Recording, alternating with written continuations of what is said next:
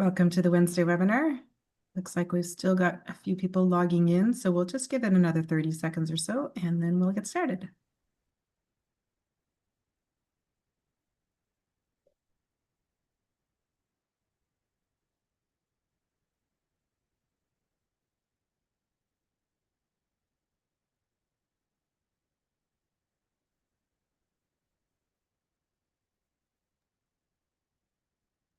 Good afternoon, and welcome to the National Bleeding Disorders Foundation Wednesday webinar. My name is Fiona Robinson, and I'm the series host. Today, we will be discussing low iron and bleeding disorders. This webinar is being recorded and will be available shortly after it ends on bleeding.org. We encourage you to ask any questions you may have today. You can ask your question at any time during the webinar by using the Q&A feature at the bottom of your screen. If you are joining us via one of our restream platforms, LinkedIn, YouTube, or Facebook, please put your question into the comment section there. Following our speakers' presentations, we will put your questions to them. Our guests today are Nikole Skappe-Hagen, a lived experience expert living with von Willebrand disease, and Dr. Glaivy Batsuli, an associate professor of pediatrics at Stanford University and a pediatric hematologist with the Bass Center for Childhood Cancer and Blood Diseases at Lucile Packard Children's Hospital in the Bay Area in California. I'd like to thank Dr. Batsuli and Nikole for joining us today, and I will pass things over to Dr. Batsuli now to get us started. Hello, everyone, and thank you for having me. As mentioned, I'm Dr. Batsuli at Stanford University, and I'm also a member of MASAC as well. So I'm very excited to present this work that MASAC has been put out. So I'm going to start with my disclosures here. And then this is just a brief outline of the topics I'll go over. So I'll first review the definitions of anemia versus low iron. And then briefly discuss the impact of anemia and low iron and bleeding disorders. And then lastly, we'll start to review some of the MASAC's recommendations for iron deficiency screening. And so anemia and iron deficiency is a worldwide problem. So here on this map, you can see a map of the world. You can see that anemia affects people across every continent, with some areas in red that have a much higher prevalence of anemia, but it's also a North American problem. And when we look at what are the causes of anemia, iron deficiency consistently across all the different continents is the #1 reason for people having anemia. This specifically looks at females, but the same pattern is also seen in males. So we know that children 5 years of age and younger, girls and women, and expectant mothers have the highest rates of anemia. And so I think it's important to understand when we talk about anemia and iron, they're actually not interchangeable. They're a little bit different.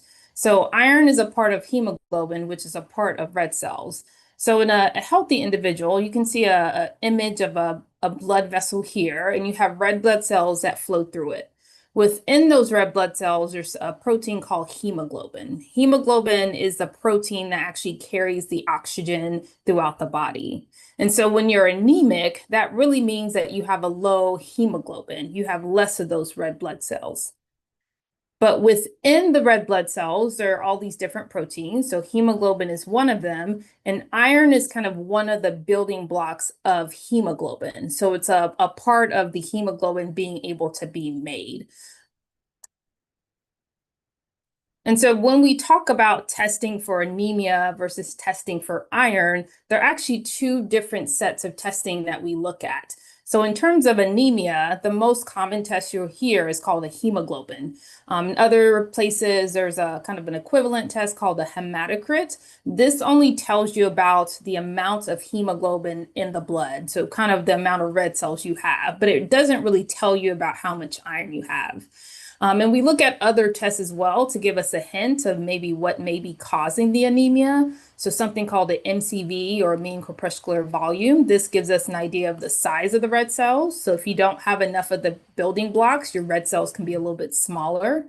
And then the retic count is, we call these kind of the baby red blood cells, the new red blood cells that are being made. So if you also don't have the building blocks, the iron, that you're not able to make those new baby red cells.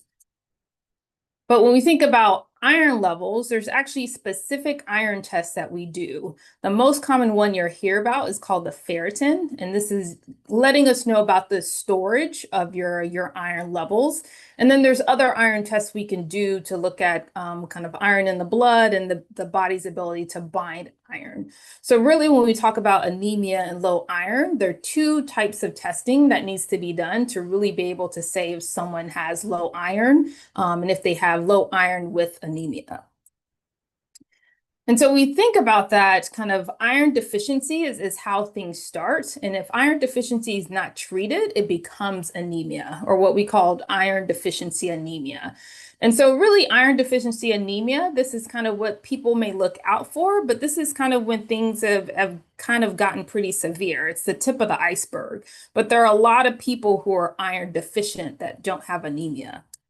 And that works kind of like this. So your ferritin, so that's your storage of your iron, it can go down over time before you get any signs of a low hemoglobin or any signs of anemia. So you can actually have a normal hemoglobin for a long time while your ferritin, your storage of iron, is going down. And it's really not until your ferritin levels are kind of severely low, your tank is really empty, that you will start to show signs of anemia. And so what are the signs and symptoms of anemia and iron deficiency? And so kind of there are lots of symptoms that can show you that your iron is low and that your iron's also low with anemia. So this includes feeling tired, feeling exhausted, trouble catching your breath, dizziness, cold intolerance. So some people kind of feel cold all the time. It can be their whole body, or it can be like their arms or their legs or their feet. You can have trouble sleeping, muscle weakness, kind of brain fog. Headaches. Anemia can be associated with depression as well as easy bruising. And then in terms of kind of having low iron, so iron deficiency without anemia, this can happen in both cases, but it's more commonly seen in iron deficiency that you can have hair loss. A common thing that you can also see is craving of non-food items. So kind of really craving ice, or people really constantly chewing on ice. That can be a sign of iron deficiency. It can be other things like lint or clay or dirt or things like that. Restless leg syndrome is also tied to having low iron. So one of the treatments for restless legs is getting iron replacement. And then when things get really severe, you can really start to get an impact on other things, particularly your heart. So your heart can start beating fast. You're not able to have as much endurance. So climbing stairs is much difficult than in the past. And then you can even have pass out, or even have issues where your heart just doesn't work as well. And so what about iron deficiency and bleeding disorders? So even though we know that individuals with bleeding disorders, you're at risk for bleeding, so you're going to lose iron, which can make you iron deficient. There hasn't been as many studies looking at how often does this happen. So this was a recent study done in Austria, in Europe. It's the largest study so far, looking primarily at individuals with mild bleeding disorders. So you can see they included von Willebrand's disease, different types of coagulation factor disorders, platelet function disorders, as well as bleeding disorder of unknown cause, and compared it to healthy individuals. And what they found is von Willebrand's disease had individuals with von Willebrand's disease had the highest prevalence of both iron deficiency and iron deficiency with anemia. But you can see in almost all of the groups, the rates of iron deficiency and iron deficiency anemia was more than kind of the healthy population, with the exception of the coagulation factor deficiency. And these were individuals who were labeled as having a mild bleeding disorder. And what they saw, there were also gender differences. So females had higher rates of iron deficiency and iron deficiency anemia compared to the males. And so female sex in a younger age is what they saw gave a higher risk of iron deficiency. And so I think this study's really kind of highlighted the importance of more screening. And so this was a recent study where they looked at the AFN database. So this is data that's collected from across the United States. And they looked at females between the ages of 13 and 40 years old between this 5-year period of 2015 to 2019. And what they saw that over 10,000 females, only 4% of those individuals had been screened for iron deficiency. But of that 4% that had been screened, 72% were identified as being iron deficient. And this was based on a ferritin cutoff of 50, which I'll talk about a little bit in the next few slides. So really, screening is really important to really pick up individuals with iron deficiency. And so this brings me to the recent MASAC recommendations for screening for iron deficiency. So this is available publicly. It's an open access, which means anyone can access the article with all the details. And you can see it was a full committee of people who helped put together this work, including physicians, nurse practitioners, live experts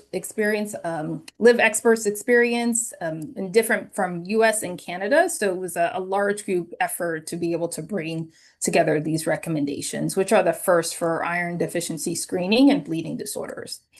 So I'll go through some of the recommendations, but this provides a summary. This is a chart that's in the publication that kind of breaks it down in a high level of what we're talking about today in terms of who should be screened, how often should people be screened, how should people be screened, and then treatment if a testing is positive.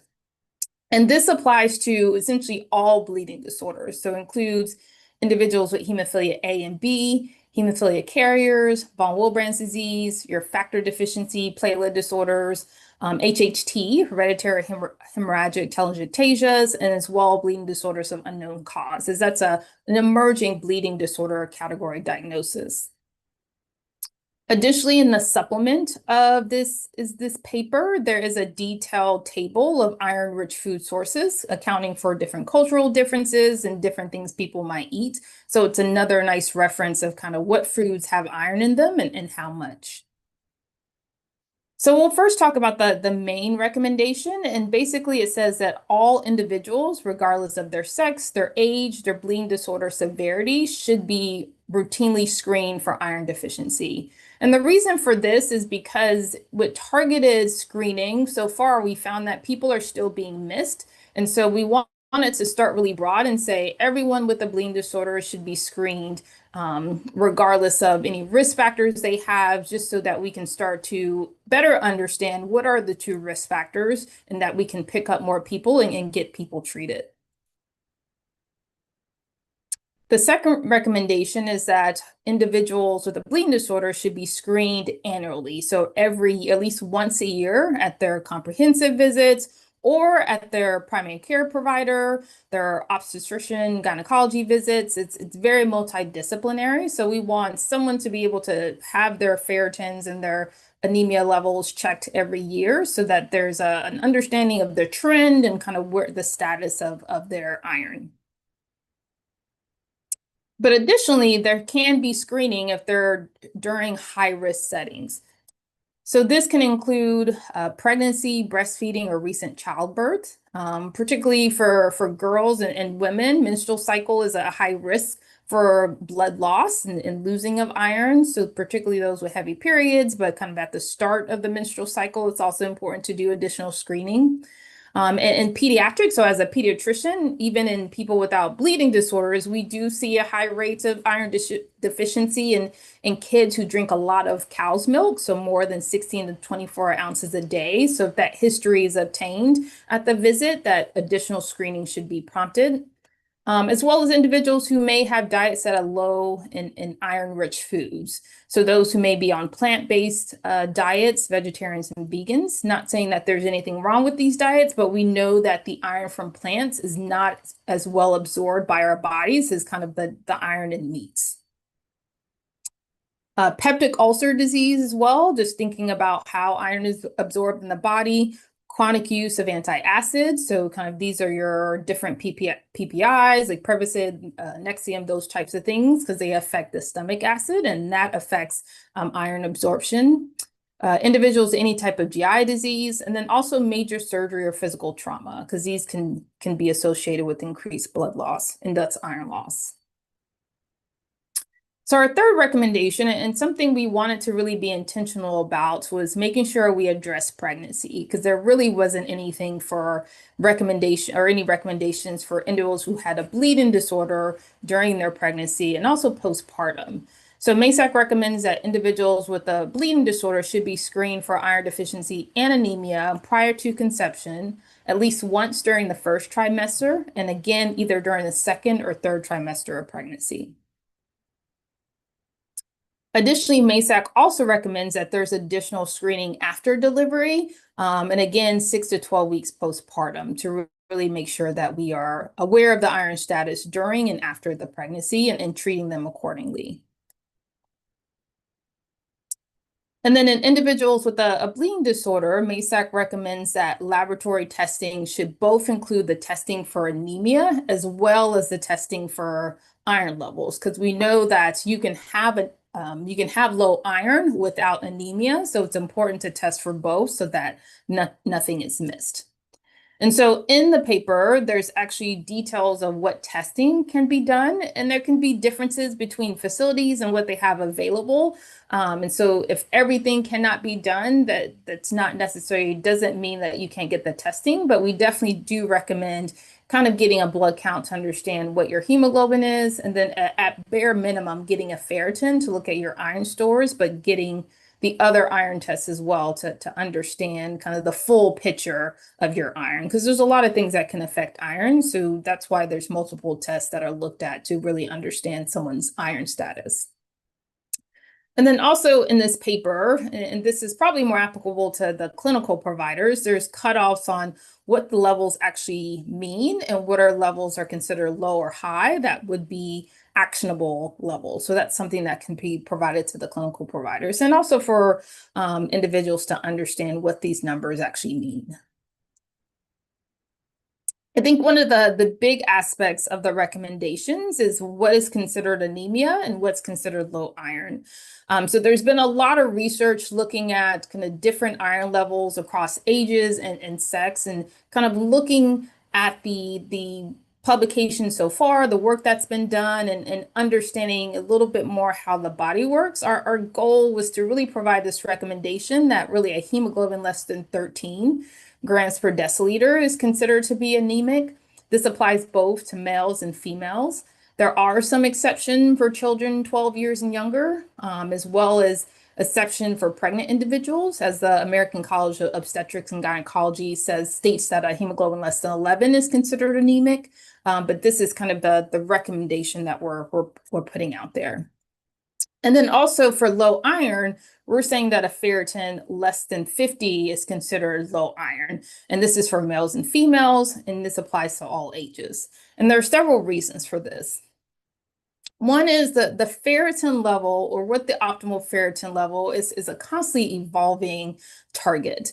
There's been lots of recommendations over the years. So you can see back in 1998, the CDC put out targets at that time of 15. The American Academy of Pediatrics have had their own cutoff, as well as the World Health Organization. More recently, the National Health and Nutrition Examination Survey, so this is a US-based population survey, put out these kind of more physiologic recommendations of 20 for children and a ferritin of 25 for non-pregnant women. And then this year, or probably even early next year, we're awaiting the release of new ferritin cutoff recommendations from the American Society of Hematology, which will probably shift these numbers as well. However, there's more research that potentially shows that a higher ferritin may be beneficial. So this was a study also done in Europe in women between the ages of 18 and 50 years old. They did not have a bleeding disorder. They were kind of regular women in the population, but they actually fed them iron through their food and were able to measure the amount of iron that was in the food and that they were actually taken on into their body. And what they found is that their bodies continue to absorb iron until a ferritin of 50. So that signal that tells your body we have enough iron, we don't need to take any more, continue to kick in until the ferritin was 50. So there's kind of more of a push to have a higher ferritin, which may be more relevant in terms of how the body works than some of the prior ferritin levels that have been recommended. And so the other important part of the ferritin cutoff is because this affects how we diagnose iron deficiency. So this was a really recent and important study by Dr. Angela Wayan, who looked at females between 12 and 21 years of age and how iron deficiency is defined.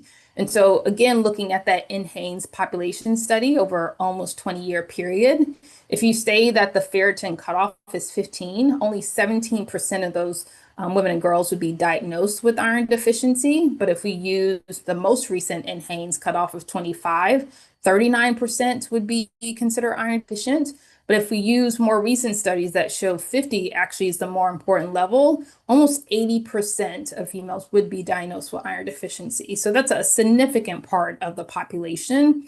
So really kind of screening and also the ferritin cutoff is ultimately going to determine what is the true prevalence of iron deficiency in any population. And this is part of the reason why we chose the cutoff of 50. And then the last recommendation I'll go over is that MASAC recommends that iron replacement either with oral, so iron by mouth, or IV iron formulations be implemented in a timely manner once someone is diagnosed with iron deficiency with or without anemia. And this is really important to treat, to address the symptoms and the signs and symptoms of iron deficiency and how it makes people feel. And also we know there's so many other aspects of iron that the body relies on. So it's important to really treat people promptly once it's identified. And so there's two main treatments for iron deficiency. I won't go over all the examples here, just to show you all that's available. So when we talk about iron by mouth or oral iron, the probably most common one, particularly in kids, is ferrous sulfate. A lot of these formulations are over the counter. Some can be obtained from the pharmacy. Some taste good, some taste less good. There's lots of different kinds, but they all essentially have iron that's just in a little bit different format. And it takes some time for your iron levels to be kind of repleted or your storage to be refilled with oral iron, but they all are able to do it. And then there's IV iron. So this is iron that's infused through the vein. There's slight differences in what's FDA approved for children versus adults, but there are lots of different types of irons that can be given. And the IV iron works by kind of directly replacing what's missing and then filling up your iron take a little bit more quickly. But knowing that there are some kind of risk factors with allergic reactions and also having to get a stick to be able to get an IV to get the infusion. One thing that I'll specifically mention that's not on here, so there is one IV iron formulation, ferric carboxymaltase injector, that is FDA approved for children and adults, but we're not recommending it for individuals with bleeding disorders because there is a potential side effects of having very low phosphorus levels. And so this one is one that we're not recommended is being given in individuals with bleeding disorders. And then lastly, I'll recommend, so particularly for individuals that are pregnant during their second and third trimester, there's a lot of data showing that IV iron is actually better to fill up a pregnant individual's iron stores, and that has effects for the mom and also the baby. And so MASAC similarly recommends that during the second and third trimester, if someone is found to be iron deficient or have iron deficiency anemia, that they're treated with IV iron as the first choice. And then MASAC also recommends, so you've been diagnosed with iron deficiency, you started treatment, that response to treatment is monitored, because sometimes it can take a while to kind of fill up your iron stores, but to make sure that we really go to a place where it's completely resolved and kind of talking about how your symptoms may or may not be improving depending on your response to treatment. So that was a lot of information. So how should one approach these new recommendations? So one, learn about what the recommendations say and actually mean, and talk to your medical provider about what do the recommendations mean specifically for you and your health. And then know your numbers, know what your hemoglobin is, know what your ferritin is, because I think it's also important because a lot of our lab values use reference ranges or cutoffs that are very low. There's some hospitals where the low end of ferritin that's considered normal is 5, which is not normal. So really know what your numbers are so that you can be able to talk about, okay, do I need treatment or is this a good level? And if you're found to have iron deficiency with or without anemia, talk to your medical provider about the best approach to treatment and when to follow up. So in conclusion, iron deficiency remains a common medical and public health issue. Screening for iron deficiency and then prompt treatment is really important, even if a person is not anemic, if they don't have anemia.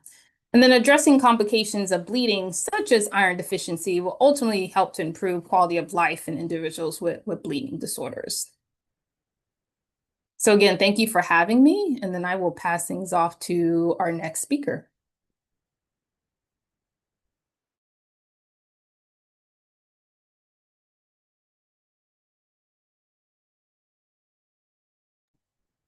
All right. Well, thank you so much, Dr. Batsuli, for sharing that medical perspective. I feel like that was very, very informative. And I really appreciated how you really broke things down in easy to understand concepts. And many of the points you made will be really helpful for people to keep in mind as I share my personal story. So I'm going to move to the next slide. But before I dive in, I'd like to quickly introduce myself. And my name is Nikole Skappe-Hagen. I'm a national and international advocate, and I live in Pittsburgh, Pennsylvania. As you can see on that bottom there, go Steelers.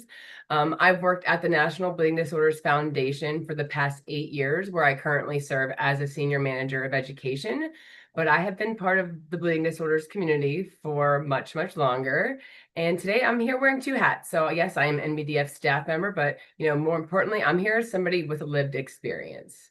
And so on this slide, you'll see on the top, you'll see my family, several of them who have von Willebrand disease. On the bottom right, you will see my pride and joy. It's my puppy. His name is Fontanella. And he is just amazing, smiling right there. And then my amazing husband's at the top right. And then within this slide are just a few photos of me facilitating different programs and events throughout the bleeding disorders community. And I think the one in the bottom middle is the most recent one I did in Hawaii. I taught the kids how the blood clots with fun hats. That's a story for another time. But what I thought I'd bring to Dr. Batsuli's presentation to a little bit more to life by sharing what iron deficiency anemia look like from the patient side, because sometimes, as she was saying, that the numbers on a lab report don't tell the whole story. And if you had asked me a few years ago if I was iron deficient or had iron deficiency anemia, I would have probably said no. Why? Because my standard iron tests were coming back normal or very close to normal. And so I had talked with, other physicians, and based on my symptoms, we came to the conclusion that I was likely experiencing hypoglycemia, which is where your sugar drops, you start to shake, your heart beats very fast, and you get dizzy. And again, that iron deficiency anemia was not even on my radar. And the truth of the matter, which is not the best, is I really started to accept feeling terrible as my normal, which is not okay. So a little bit more about me. So for years, I actually had episodes where I would pass out in public. Some were more severe than others. And it was a very always like unsettling experience. And it wasn't just for me, but also for the people around me. And so usually I would get warning signs first. My mouth would start to taste like a battery in the back of my jaw. And then I would begin to start sweating intensely and heavily. And then my heart would race very, very much. And Dr. Batsuli also reminded me too of the restless leg syndrome, but that is completely different. But again, within those moments, I would lose the ability to stand, speak, and I would end up on the ground. And so, one of the weirdest parts of this is when I would wake up, I'd wake up so confused because my brain would convince me that I was waking up in my bed at home. So I was like, what are these people doing in my bedroom? And then it would take me a minute to realize where I actually was and what had happened at that moment. And so I'm going to tell you a quick short story. It has to do with one of these pictures up here. This giant dinosaur on the right. I don't know if any of you recognize this, but this is the O'Hare Airport in Chicago. And this is when I had one of my scariest, I guess I would call it passing out moments, right in front of that giant dinosaur. So every time I see it, it kind of reminds me about that moment. In addition to the giant crowd of people who were watching, was very intense. And when this was all happening, I was actually on the phone with my husband, And then all of a sudden I kind of like stopped talking to him. And this all happened and I wasn't able to respond to him for like 15 to 20 minutes. And so that was very scary, not only probably for him, like where did my wife go? But also for the people around me. As I said, when I woke up, there was this giant group of people around me. There were medical people running over. And I was just like very confused. So that is one example. The other episode, and after this one, I knew I should probably do something. Like this was the big warning flag signs that I needed to know that I needed to do something. But unfortunately, I did not. And then the next episode I had, it was very, very serious. And this one, it actually got me diagnosed with a seizure disorder, and I temporarily lost my driver's license, and I was put on anti-seizure medications. So that's like a little glimpse into my world before I like knew any of this, right? And so I never connected any of it to iron deficiency anemia. And then during the pandemic, people kept asking if I was okay because I looked so pale. And Jens, I was on Zoom, so I must have looked really pale. My hair was falling out, my nails were very brittle, I was exhausted all the time, and I had that restless leg syndrome stuff at night. I remember it would like drive me insane. But if you know me at all, I am like a very high energy person, and I'm not usually a person that like is not energized. And so I had to just really convince myself that this was going to just be my life, and decided that I was done with that. So I decided to call my hematologist and say something isn't right. And I'm like, can we just please check my iron again? And in my heart, I knew I did not have a seizure disorder. Those meds weren't helping. They're making me feel really weird. And then the surprising part is this time my ferritin was tested, which had not been tested in the past. And so Dr. Batsuli, she mentioned what ferritin is, right? It stores the iron in your body, and it gives you a picture kind of what you have in your reserves. And so my ferritin came back at a 4. Healthy levels, like she literally just talked about these levels, so you guys have an idea, but 4 is a pretty extremely low. That is a not good level to have. And so at that moment, for me, everything really did just kind of click. And if you take a look at this image on the top left, you can really see how low my ferritin has been over the years. It's pretty much always been in the red. But the thing that I'll get to next is you can really see when I started to get iron infusions. It starts to go up and down, and it's a good thing. And so once we figured out that I was at a 4, I received 2 iron infusions. And so, I got my first one. Whenever I got it, my team said, Nikole, you're going to feel a big difference. And I was like, nope, I don't believe you. There's no way one infusion is going to change how I feel. But after that first infusion, I was driving home through Pittsburgh, and I swear I was like, suddenly, like, I felt this like jolt of energy. And I remember thinking like, whoa, what is happening? It almost felt unreal because I had forgotten what it had felt like to have that much energy.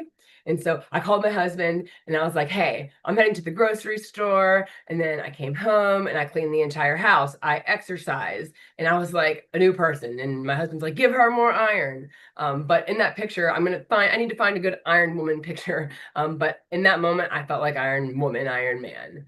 And what I will highlight is what surprised me the most was not just the change in my physical energy. I also noticed a huge difference in my ability to focus both at work and at home. And tasks that used to feel pretty overwhelming felt manageable again. And I was able to be more present and more productive and more engaged in the things that mattered to me. I also noticed that I was able to regulate my emotions better. Before I had access to this treatment, I would become very overwhelmed very easily. I find myself crying over things that normally would never ever affect me. It was very unlike me. And looking back, I realized that the iron deficiency anemia was affecting so much more than my energy, right? It was affecting my mood, my patience, my focus, and how I experienced everyday life. And so I really just wanted to emphasize that importance of ferritin. I feel like Dr. Batsuli did a great job about that, or a great job emphasizing and highlighting that. So I'm not going to go into that because she did a great job doing that for me. But one thing she did bring up that I forgot to mention is oral iron. And so whenever I did find out about this, like the first thing we tried was that oral iron. And unfortunately, the pills made me very sick and I wasn't able to tolerate them. And it didn't improve any of my symptoms and we're creating new ones. And so if you have something similar happen, like vocalize that and don't put your body through the stress. And if oral iron works for you, that's like so amazing, but definitely talk with your healthcare provider about any of those decisions. But again, very grateful we are talking about this today. We spend so much time talking about managing bleeding, but we don't spend enough time about talking about the impact of iron deficiency anemia and how that can affect our daily lives. And so, I already said this, it can affect your energy, it can affect your concentration, your mood, your quality of life. So if you are experiencing symptoms like extreme fatigue, hair loss, brittle nails, dizziness, some of the other ones that were mentioned earlier on, do not brush it off. Get ahead of it. Ask your health provider to check your iron and your ferritin. And if you get pushback, don't stop there. Those MASAC guidelines Dr. Batsuli just explained, pull those right out. And those are a great resource that you can use and to continue with your conversation. And I'll just say that you know your body better than anybody else. And so don't let anybody tell you that you're crazy. If something feels wrong, it is. And then I wanted to share with you all. So I don't know how many of you have actually seen an iron infusion before, like in real life, but I documented mine the last time I had one. So I wanted to share a quick video with you all. And for those who might not be familiar with the process. And so I'm going to go ahead and I'm going to play that video. And let's see if the sound works. If it's not, someone please message me. And here we go. Tick, tick, boom. Who bringing the noise? Go, baby, we bringing our toys. Separate men from the boys. Chopper be singing, she'll be on the voice. Bang, bang, we gon' ride out. Gang, gang, we don't die out. Want it like this, ain't no timeouts. Tell me who really gon' find out. Rowdy, we get rowdy, rowdy. Rowdy, we get rowdy, rowdy. We be disturbing the peace. Working, we serving the streets. About to. Okay. But just wanted to kind of show you, if you've never seen it before, it's very, maybe I would say the word a little bit shocking to see that it could look a little bit brown, but pretty cool process. So I know I'm coming up on time here, and so I just want to wrap up with one more thing. And this wasn't in my slides when I originally created them. However, I've been talking a lot about this very positive experience with iron infusions, but I just, feel like it's important to remember that, like any medical treatment, reactions and obstacles such as getting the infusion scheduled, insurance covering a certain type of medication, allergic reactions can all happen. And just last week, actually Friday, my big sister got her first iron infusion. And unfortunately, she experienced a serious allergic reaction. Her vocal cord swelled shut. She wasn't able to speak. She described her toes as feeling like they were on fire. Her feet were so swollen that the staff had to take her shoes off, and her blood pressure, I think it increased or dropped significantly, one of the two. I can't remember right now. But nonetheless, sharing her experience was a reality check for me, because I talk about, again, how life-changing iron infusions are. I was like to her, my sister, oh, you're going to feel so much better. It's going to be life-changing. And then instead she had this like unexpected reaction. And so the takeaway isn't to be afraid of iron infusions. It's to remember that every person's experience is a little bit different.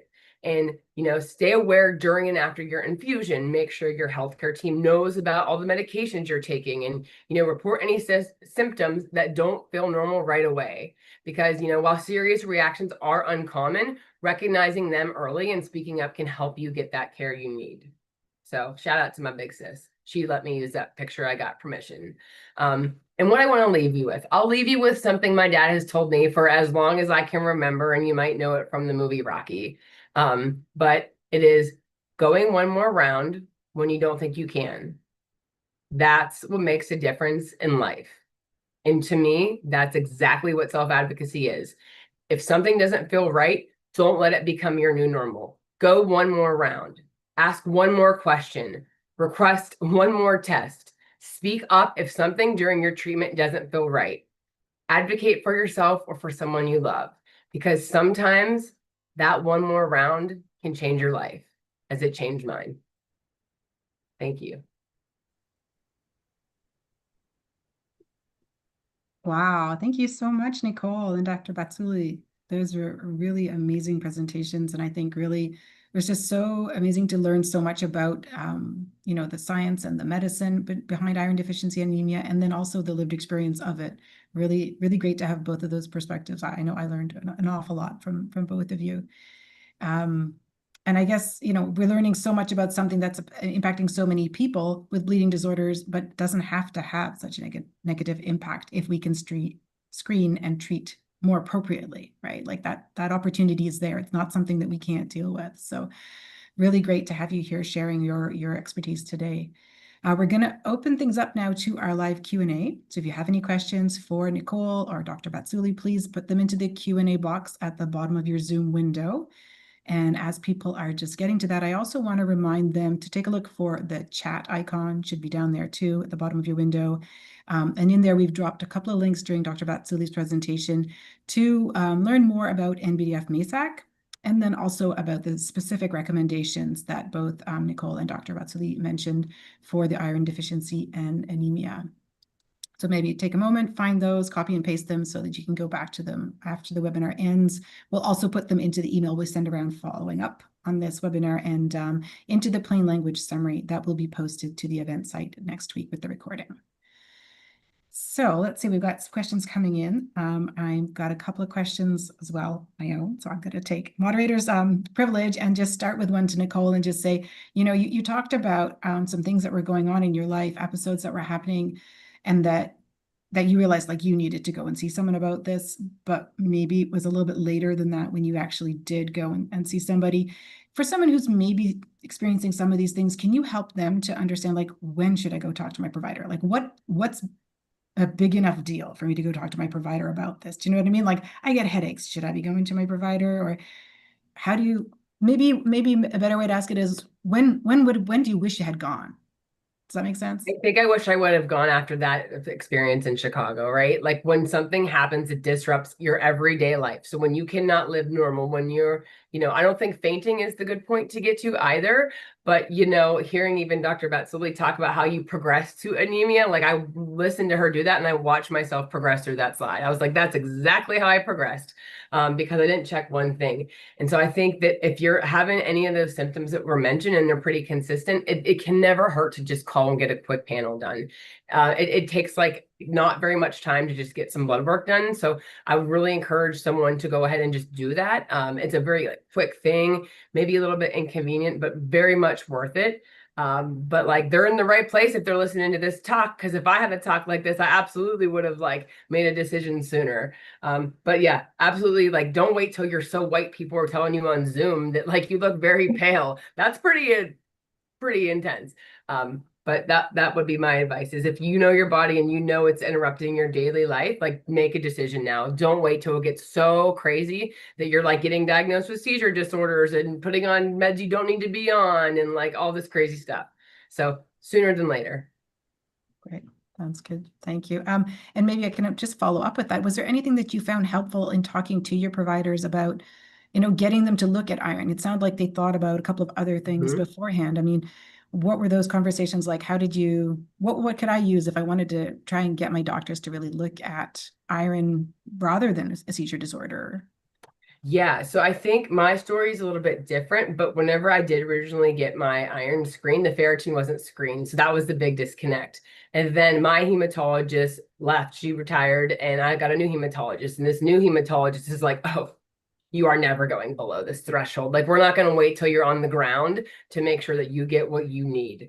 But I think as far as like having that conversation, even with your PCP, you can do that. I talk with my PCP all the time.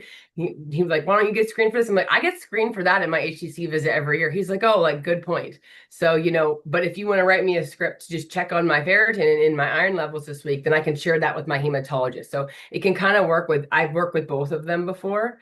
So that would be my advice, is utilize either, whichever you can get a hold of.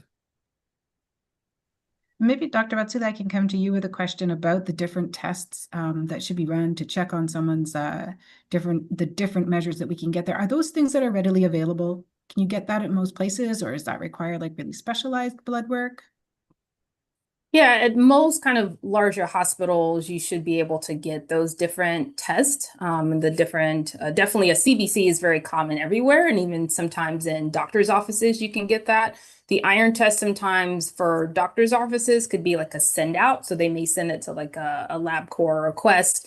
At hospitals, for most hospitals, they should have access to those testings. Some may not have it. So it's also important to ask what they have available. The ferritin test is fairly easy to use and to get even worldwide. So that's at least one test that people should be able to have access to. Great, thank you. I do see a couple of comments from people saying that they're having difficulty with the link. So I've just popped the link for the recommendations again into the chat. Hopefully this one is going to connect better for you. I think it's the same link, but maybe I've just copied it in a different way. So apologies if that didn't work. I will make sure the one I send around in the follow-up email works perfectly. So don't stress. You'll get the link, I promise. If I can go back to some questions that are coming in, we've got a question for Dr. Batsuli asking if you could talk about how anemia can affect coagulation testing. Yes, that's a great question. I think is a little bit under-recognized. And so one thing that we know, particularly von Willebrand factor levels, get affected by a lot of things: stress, inflammation, infection, that type of thing. The other thing it can be affected by is anemia. That is a stressor on the body. And so if you get von Willebrand factor testing while you're anemic, it can look like it's normal, but that may not be the true level, because we know there's a lot of things that can make von Willebrand factor go up. So we recommend that if you have von Willebrand factor testing while you're anemic, to address the anemia and then to repeat that testing to really understand what is the person's actual true value. The same thing applies to platelet function testing as well. That can also be affected by anemia. So for both of those types of tests, we recommend that they're repeated if they're initially done while someone's anemic, because it can make you seem like you don't have the diagnosis when you may actually do once you correct the anemia. Thank you. Somebody has asked about Venofer. I'm not sure if I'm pronouncing that correctly, Venofer, Venofer, that it's been approved for children. But they mentioned that they had been prescribed that as an adult and was wondering, is this something that is approved now for both adults and children? I don't know if that's something that that you've come across, Dr. Batsuli. Yeah, so IV Venofer is an IV iron that is mostly used in children. It can also be used in adults. It's not commonly used in adults, mostly because how much you can give at one time is so limited. So it's 300 milligrams that you can give. So in children, that may be all they need. But in older kids and even adults, it may mean that you may need 5-6 infusions. And so obviously that's a barrier in terms of time off from school and work. So that's why it's typically not used as often in adults. But it also depends on what iron formulations your facilities have access to, because every hospital is a little bit different in terms of the IV iron types that they have access to. So it may have been that that's the one they had for children and for adults. Another question, maybe more with infants than with children, but would you recommend that infants of moms with known iron deficiency also start with oral iron?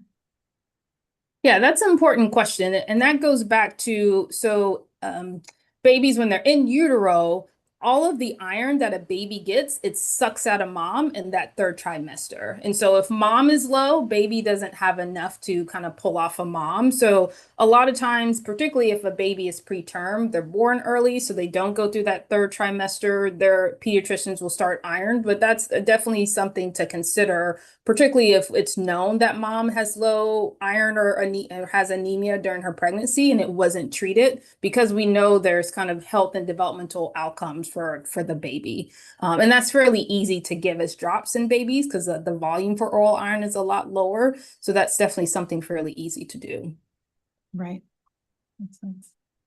What about children with chronic nosebleeds? Should ferritin levels be monitored for them? And then especially when menstrual cycles start, what kind of a frequency of screening would you recommend then?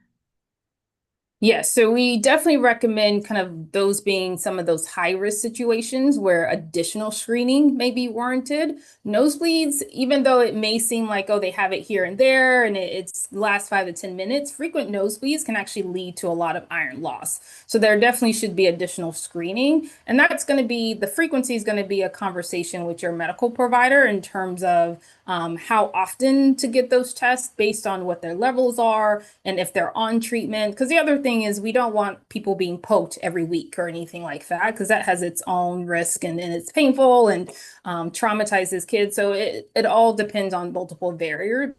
So I would definitely talk to your medical provider about what's a good frequency to check on the nosebleeds. A year at bare minimum, but it's probably even more than that if the nosebleeds are more common. Same thing with menstrual bleeding. Thank you. Got a whole series of comments coming in saying how much they appreciated Nikole's story and her demonstration of the infusion.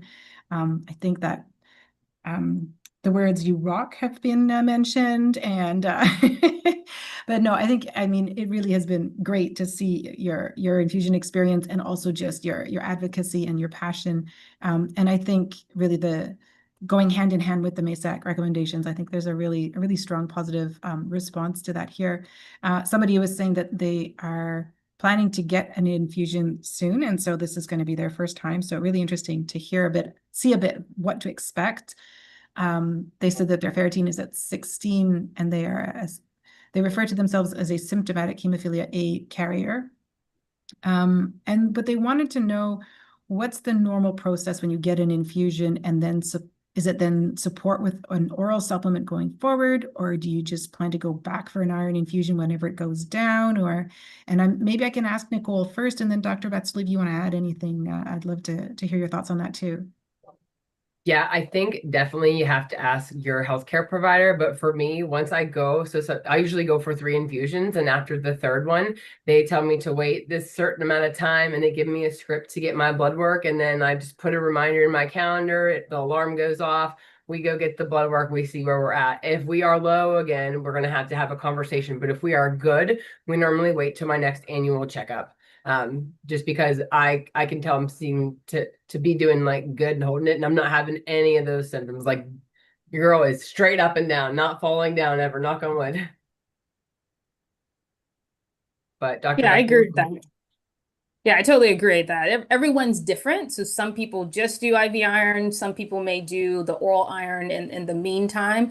I think it depends on every individual person's case. I think the other thing to mention is kind of also, can we address what's causing someone to continue to have low iron levels? So if it's due to bleeds, can we do prophylaxis? Or if it's like in the winter, you're having lots of nosebleeds, can we do things to help to minimize how much you're bleeding? So it's also kind of giving the iron when they need it, but also addressing what is causing you to have a low iron that keeps coming back. Great point. Someone's asking maybe more technically about the infusions. So sort of what is the cadence of the infusion? And there's also a question around the formulation that you would recommend in terms of kind of in order to have a lower number of doses, what's the best increment? And I've got to admit, that's maybe a technical question that I'm not sure I fully understand. Yeah, that's going to depend on a lot of different factors. So what iron formulations you have access to at your local facility, how low your levels are, what the formulation that's actually given, because different formulations, some of them you can do it in 1 dose, some of them you can do it in 2 doses based on how low your iron levels are. So it's really going to depend on multiple different factors. So it's definitely something worth discussing with your medical provider to see what would be the cadence for you based on what's available and your levels. And I've got to share this, Nikole. Someone's let us know that they really related to your story, and it made them cry. They had every one of the symptoms and were dismissed and told that their labs were normal, and they did finally get a diagnosis and infusions a few months ago, and they feel so much better. So a big thank you to Nikole for sharing your story, and also to this individual for sharing your story. Yes, congratulations to you. I'm so glad you're feeling better. Absolutely. And so wonderful to have this information available, and so wonderful to have now these recommendations that you can use, to go and maybe they're one more tool, to go and talk to your provider and say, no, please, I do need a test for the iron. That's really wonderful. Someone's asking, Dr. Batsuli, would you recommend treating with bleeding disorders, prophylaxis, and anemia at the same infusion time? Because these are both things that are being infused, right? Are these things you could infuse in the same visit, say? Yeah, so they wouldn't necessarily be at the exact same time. Usually with the infusion, in most cases, you're in an infusion center and you also don't want to add something that could potentially confuse, okay, if you have a reaction, which med was it? You can definitely do both on the same day. If you're on prophylaxis, you can do one in the morning and the fusion can be in the afternoon or vice versa. But ideally, you would want to avoid giving two things at once, particularly with the IV iron infusion, because as Nikole talked about, there is a risk of reactions, and we want to know what are you reacting to so we can treat that appropriately. But maybe a related question then is someone's asking if your menstrual cycle is the reason that your iron is getting so low, would you need those infusions until you no longer have a period? Not necessarily. I think it goes back to the point of, okay, how can we address the menstrual cycles? Are there kind of therapies or kind of hormone therapies or whatnot that we can use to reduce the amount of blood loss for your menstrual cycles? Do you need kind of prophylaxis when you start your menstrual cycle? So I think it's two-pronged in addressing the menstrual bleeding, especially if you're having very heavy periods, it's lasting a long time, and it's causing quality of life issues. And then using the iron to kind of treat the symptoms and the iron deficiency part. But it should be a two-pronged approach. Because if you continue to have cycles, you're going to continue to lose blood, and it becomes this kind of vicious cycle. So kind of breaking both parts of the cycles so that you don't need lots of IV infusions. Right, and I understand that, I mean, IV infusion is one way to get your iron. There's also oral iron that's it's an option, but I think a lot of people do run into issues with GI issues. And sometimes also they have difficulty with insurance in terms of maybe being required to do a certain amount of attempt oral iron and a number of times. And I'm wondering, do you have any advice, either of you, both of you, around how to navigate that and how to get to the thing that's right for you? Not the most eloquent phrase. I'll let Nikole start since we were talking about this earlier before too, before we started. But I think that if you're taking them and you're not feeling good and you've tried for like a little bit, like just don't put yourself through it. If you have no symptoms and that's working, that's great.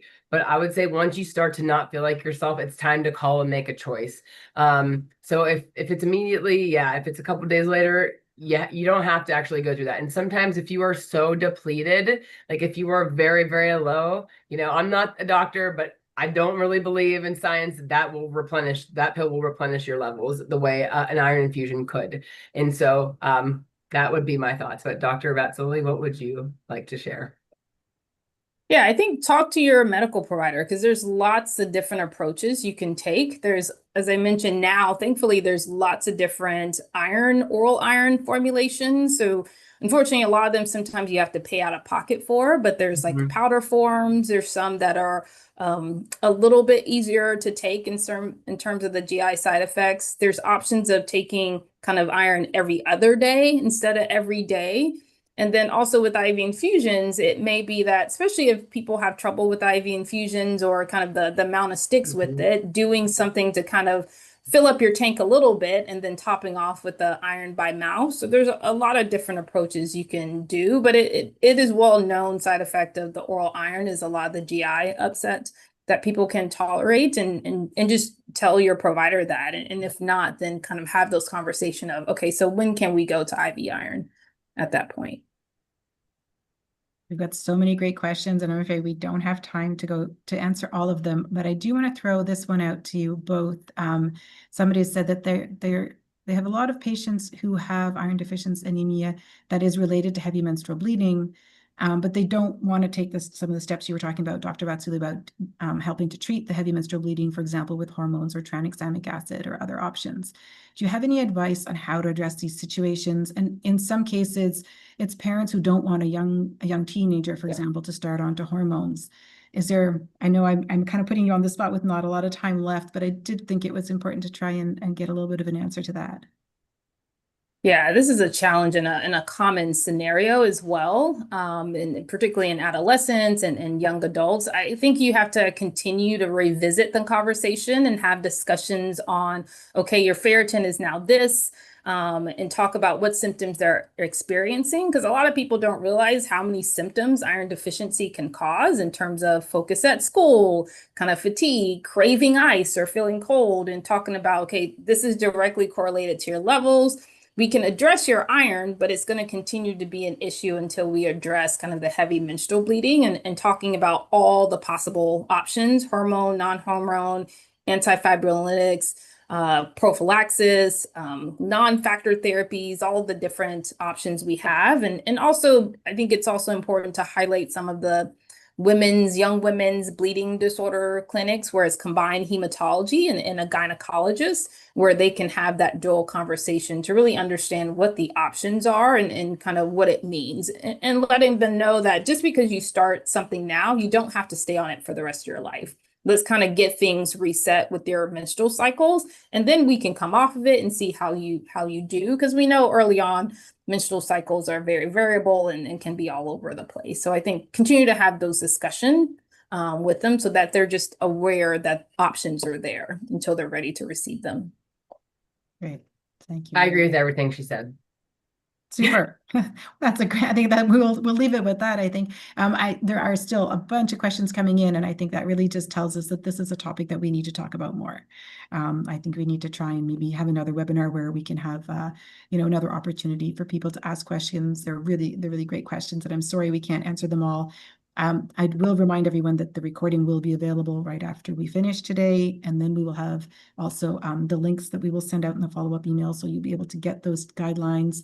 They are brand new. Someone was asking when they've been published. They're really quite recent, so they are something new. It's possible that your hematologist doesn't know about them yet, so don't hesitate to take them and go and visit your healthcare provider with them. And on that, I will say huge thank you to Dr. Batsuli and Nikole for all of your time and your expertise today, and also to our audience for such an amazing participation and engagement. Really appreciate that. If you are looking for this recording, go to bleeding.org, go to the events tab, and if you select past events, you can find all the archived webinars there. We will be back next week. To come back August 5th.